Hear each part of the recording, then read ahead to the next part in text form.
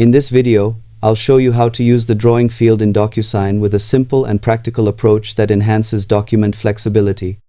After logging in, upload your document or select a template, then move to the editing screen where all field options are available.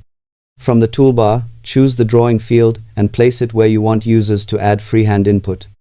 This feature allows signers to draw signatures, sketches, or custom markings, which can be useful in more interactive or informal workflows. While Docusign makes this easy to use, it's important to place the field clearly and assign it to the correct recipient to avoid confusion. Keep in mind that drawings may vary in quality depending on the device used. You can resize and position the field to fit your layout properly.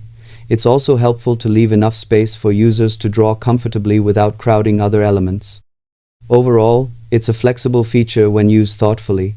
Subscribe for more honest, practical tech tutorials that help you work smarter.